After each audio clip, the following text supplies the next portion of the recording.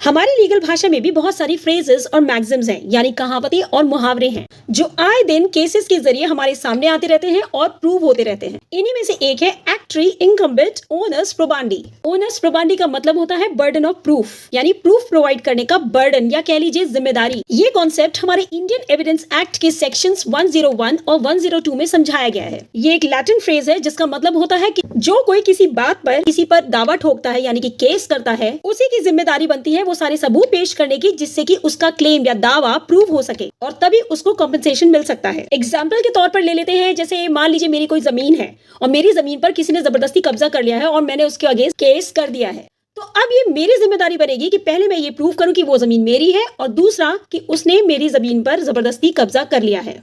तो मुझे सारे सबूत पेश करने होंगे जिससे मेरा क्लेम प्रूव हो सके और मुझे जस्टिस मिल सके। ऐसी और लीगल कहावतों और मुहावरों को समझने के लिए भी subscribe to my channel knowledge with champs.